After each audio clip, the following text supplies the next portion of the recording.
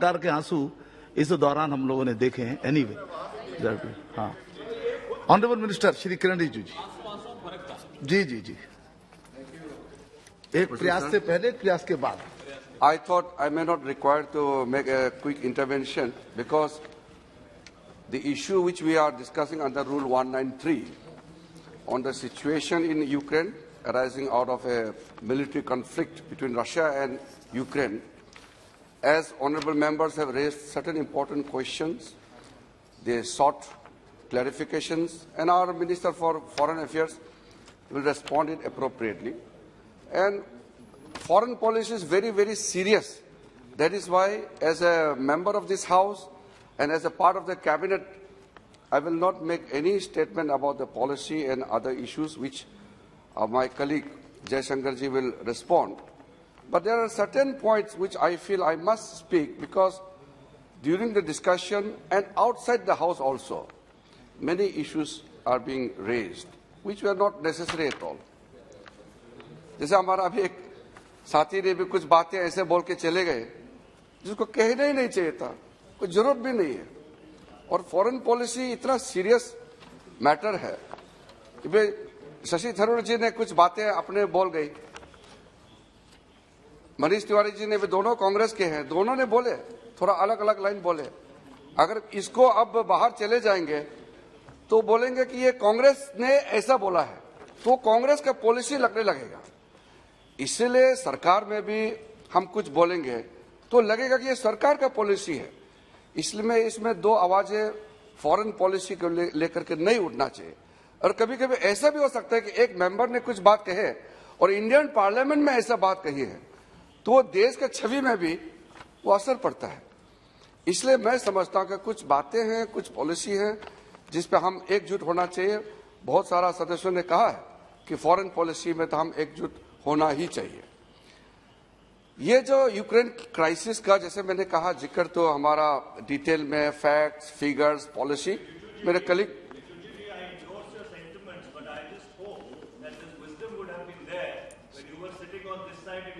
Now you listen to me. Yes, exactly with that spirit, I am going to make a quick intervention, not more than 7-8 minutes. Sir अध्यक्ष जी, आपने अभी सुना है, कई बातें कही हैं, तारीफ भी किया और तारीफ करते करते फिर ये कहते हैं कि आपने इतना अच्छे स्टंपिंग क्यों किया, क्लेम क्यों किया। जब एडवाइजरी इशू हुआ तो फिर आप बोलते हैं एडवाइजरी इशू नहीं किया। हम बताते हैं कि एडवाइजरी किया है, फिर आप बोलते हैं क्यों क्लेम करते हैं। फिर बोलते हैं कि सरकार वहां जाता नहीं, मंत्री जाता नहीं, मिलते नहीं बच्चों से, किसी को नहीं भेजा। फिर जब भेजते थे फिर बोलता है कि आप फिर दिखाता क्यों है, फिर चेस्ट हम्पिंग क्यों करते। अरे तो करे तो क्या करे, नहीं करे तो भी आप पूरा आपत्ति इसमें उठाते हैं, करे तो भी आपको तकलीफ होता है। तो इसलिए आप लोगों को मैं बहुत ही विनम्रता पूर्वक से मैं कहना चाहता हूं कि इस तरह का लड़ाई का सिचुएशन में, लड़ाई जैसे हालत में सरकार जो भी करता है वो देश के लिए करता है और सबको उस समय तक तो कम से कम मौन व्रत रखना चाहिए। जब ऑपरेशन खत्म होगा, राजनीति करने का समय होता है और आपने ऑपरेशन समय में ये नहीं किया था, ये करना चाहिए था, उस समय बाद में हम लोग जिक्र कर सकते हैं। लेकिन जब ऑपरेशन चल रहे हैं उस समय में भी यहाँ दुनिया भर का बातें जो है लिखी जा रही है। मैं एक बार जब वहां पहुंचे, ब्रतिस्लावा कोशिशे में थे और वहां एक छोटा सा एयरपोर्ट है सर, छोटा सा एयरपोर्ट है, वो नॉर्मली इंटरनेशनल ऑपरेशन वहां से होता नहीं है, वो सिर्फ इंडिया के लिए खोला गया। हम यहां से निकलने से पहले प्रधानमंत्री, वहां के प्रधानमंत्री से बात किया और एक एयरपोर्ट को हमारे लिए पूरा यूज करने का अनुमति दिया, हमको पूरा अंदर तक एक्सेस दिया। इतना वहां कर रहे, हमारा 24 घंटे वहां मिशन के लोग लगे हुए हैं।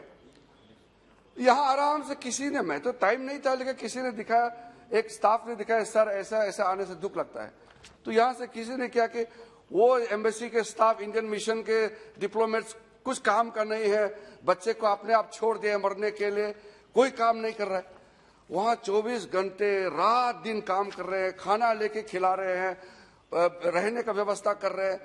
और ऐसे समय में यहाँ बहुत ही रेस्पॉन्सिबल इस देश का पॉलिटिकल लीडर्स इस तरह का जो बातें करते हैं उससे कितना तकलीफ होता है।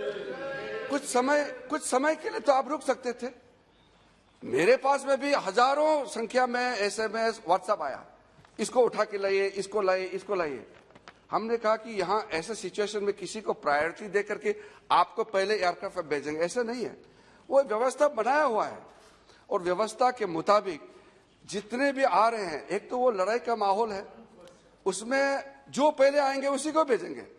कि किसी MP ने, किसी चीफ मिनिस्टर ने कह दिया इसलिए आपको पहले लाइन तोड़ के आगे भेजेंगे, ये तो सर नहीं कर सकते। तो इस हालत में everybody is Indian and every student is Indian student, तो सबको बराबर का हम लोग को तवज्जो देना था। और आप याद रखिए, यूक्रेन कोई छोटा मोटा देश नहीं है सर।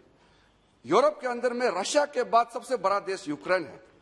यूक्रेन इतना बड़ा साइज है और वहां लड़ाई का जो माहौल में हमारे जो लोग बच के आए, निकल के आए, किस परिस्थिति में आए, अब जरा उसको कल्पना कीजिए।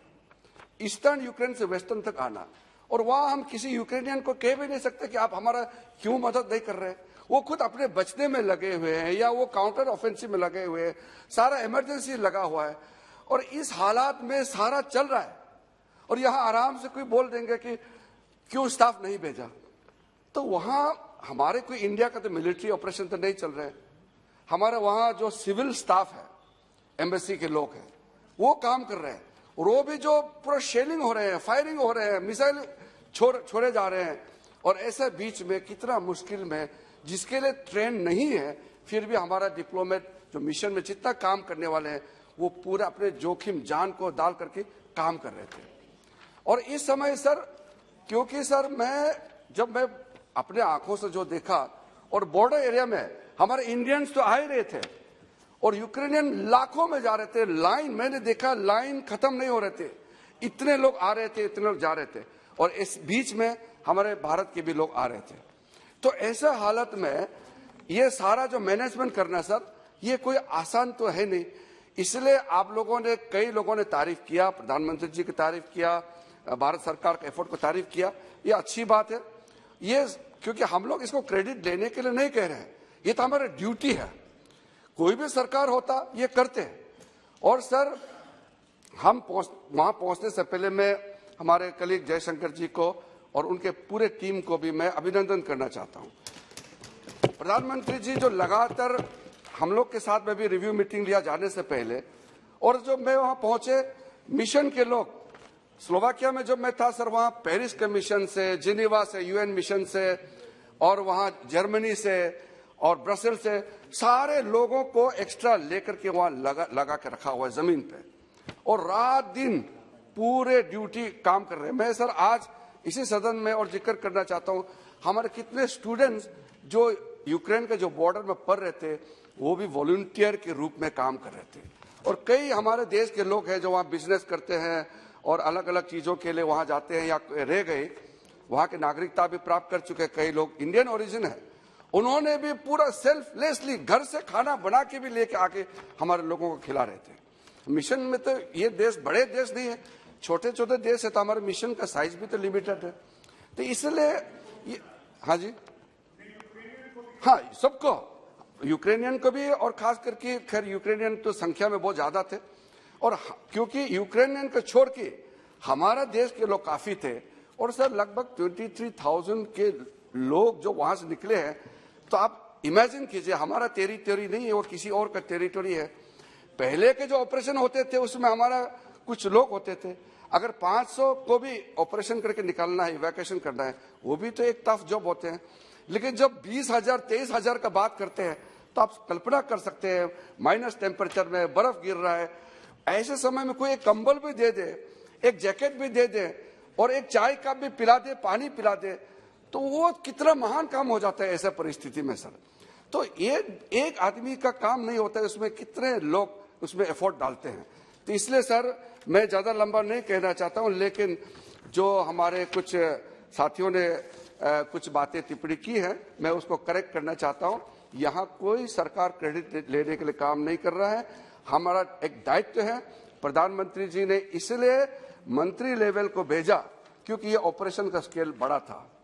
और सर, जैसे कि एक देश का राष्ट्रपति जाता है तो उस देश का प्रोटोकॉल में रेस्पॉन्ड भी उस हिसाब से करते हैं।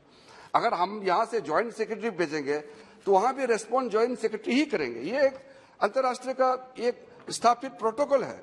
जब मंत्री जाते हैं तो उनका रेस्पॉन्स उस स्तर पे होता है।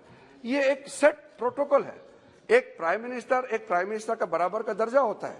इसलिए मैं जब स्पेशल एनवॉय होकर के गए और वहां के प्रधानमंत्री मिस्टर एडवर्ड हेगर, जो स्लोवाकिया के प्रधानमंत्री, उनसे मैं जब मिला तो उन्होंने दो चीजें, काफी लंबा बात हुआ लेकिन दो चीज मैं बताना चाहता हूं। पहला तो ये कहा कि इंडिया का जो एफर्ट है अपने देश के लोगों को जिस तरीके से आपके प्रधानमंत्री जी ने, आपके सरकार ने काम किया है, कोई और सरकार किसी और देश ने नहीं किया है। दूसरा, उन्होंने ये बात कही है कि ये बड़ा कॉन्फ्लिक्ट है, सब चिंतित है और आपके प्रधानमंत्री का बड़ा कद है, सब इज्जत करते हैं और इस वार को रोकने में आपके प्रधानमंत्री नरेंद्र मोदी जी बड़ा योगदान कर सकता है। आशा की नजर से हम लोग देखते हैं। ये उनका प्रधानमंत्री जी ने औपचारिक रूप से ऑफिशियली हमको कहा है। इसके अलावा सर, मैं धन्यवाद देना चाहता हूं वहां के पूरा टीम, वहां के पूरा डिजास्टर मैनेजमेंट के टीम, वहां के फॉरेन अफेयर्स के, वहां के जो सिक्योरिटी स्टाफ, एयरपोर्ट के जितने भी लोग हैं सर, इनको, क्योंकि मेरे पास सूची है लेकिन नाम लेने से लंबा हो जाएगा, लेकिन मैं सबको भारत सरकार की ओर से, इस हमारे जो संसद है इसके ओर से, हमारे इतने हजारों हमारे बच्चों को, भारत के बच्चों को लाने में जो जो मदद किया, सबको मैं धन्यवाद देना चाहता हूं। और अंत में सर, ये इम्पोर्टेंट जो चर्चा आज हुई है उसमें बिना राजनीति लिए हुए मैं फिर से जितने मेंबर्स ने पार्टिसिपेट किए हैं आपको धन्यवाद देना चाहता हूं। आखिरी में, क्योंकि हमारा एक वो मेंबर ने कह गई है, इसलिए श्याम जी, जो अच्छा नहीं कहना चाहिए था लेकिन उन्होंने कहा कि भारत जमीन टुकड़ा टुकड़ा करके चाइना को दे दिया, इस तरह का बातें सदन में नहीं कहना चाहिए। सर, सबको मालूम है कि जो भी हमारा जो क्लेम टेरिटरी चाइना के कब्जे में या पाकिस्तान में, ये अभी का नहीं है, उस जमाने का है। मैं किसी का नाम लेके कहना नहीं चाहता हूं। नरेंद्र मोदी जी जब से प्रधानमंत्री बना है 1 इंच हमारा जमीन गया नहीं है। मैं अरुणाचल प्रदेश से आता हूं, जहां किसी एक टेलीविजन वाला ने बदमाशी किया, एक विदेशी वेबसाइट से लेकर के कहा कि यहां चाइना ने अरुणाचल में आकर के बस्ती बनाया, गांव बनाया। ये गलत है। जो बनाया, गांव बनाया, वो 1959 में चाइना उस समय ऑक्युपाई किया था। ये गलत, इस तरह का बातें करके देश को गुमराह नहीं करना चाहिए। और साथ में 2013 में एंटोनी साहब जब डिफेंस मिनिस्टर था, उन्होंने सार्वजनिक रूप से इस सदन में कहा है बात को कि भारत का पॉलिसी कि बॉर्डर एरिया में रास्ता नहीं बनाना, इंफ्रास्ट्रक्चर नहीं बनाना, ये भारत का पॉलिसी रहा है, ये गलत रहा है।